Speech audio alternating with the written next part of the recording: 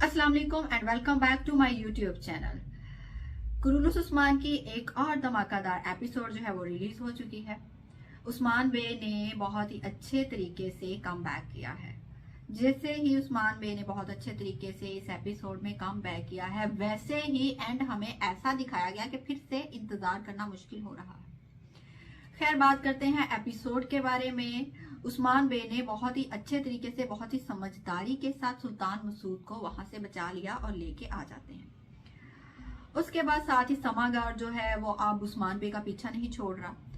वालिदा सुल्ताना ने समागार को उस्मान बे के पीछे लगा दिया है कि उस्मान बे और सुल्तान मसूद की लाशें लेकर आए। समागार आखिर सुल्तान मसूद को और उस्मान बे को ढूंढ लेता है और एक जहरीला तीर जो है वो सुल्तान मसूद को मार देता है।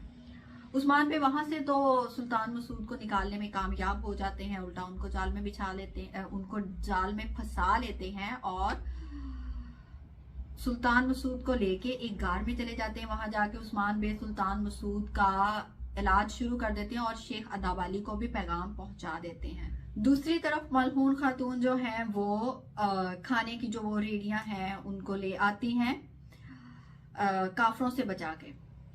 तो जी अब फितना परस्त खातून जो है, बैंगे खातून, बहुत ही जहर लगती हैं मुझे वैसे।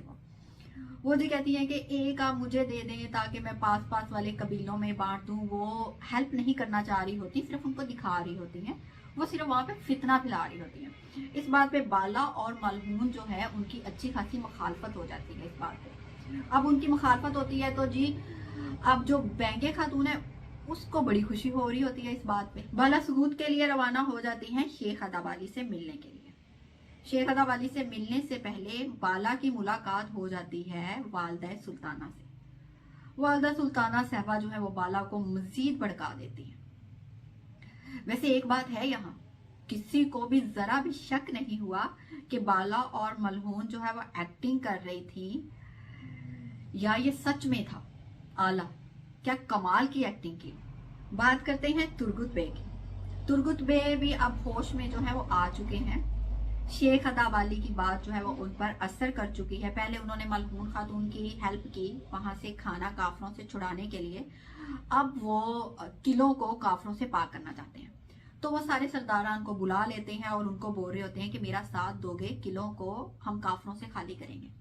तो यहाँ क्या शानदार एंट्री मारते हैं उस्मान बे, और उस्मान बे कहते हैं कि सरदारान उनके साथ हैं।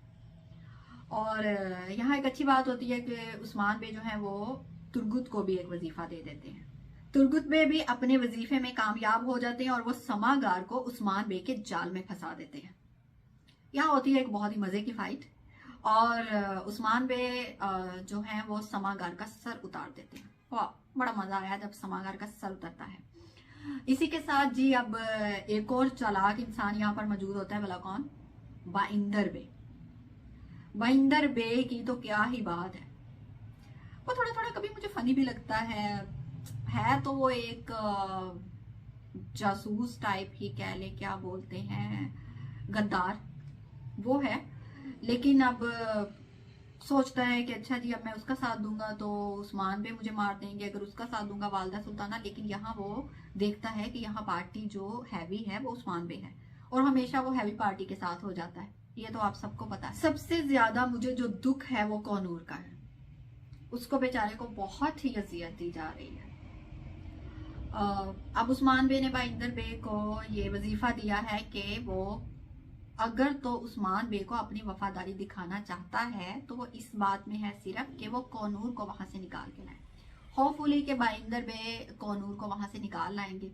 अब जी सुल्तान मसूद जो है वो उस्मान बे को बता देते हैं कि वालिदा सुल्ताना की सारी ताकत जो है वो एक मोहर में है, जो स्टैंप होती है उनके पास।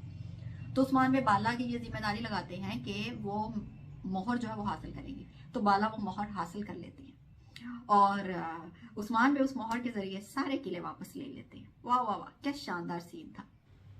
यहाँ एक चीज उस्मान बे की मुझे गलत लगी है। वो क्या है? शायद आप लोग भी इसके बारे में सोच रहे होंगे। तुर्गुत बे अब ठीक हो गए हैं, तुर्गुत बे अब अच्छा सोचने लगे हैं और उन्होंने उस्मान बे की हेल्प भी की, उस्मान बे के साथ रहे। तो उस्मान बे को तुर्गुत बे को इस तरह से नहीं बेचना चाहिए था।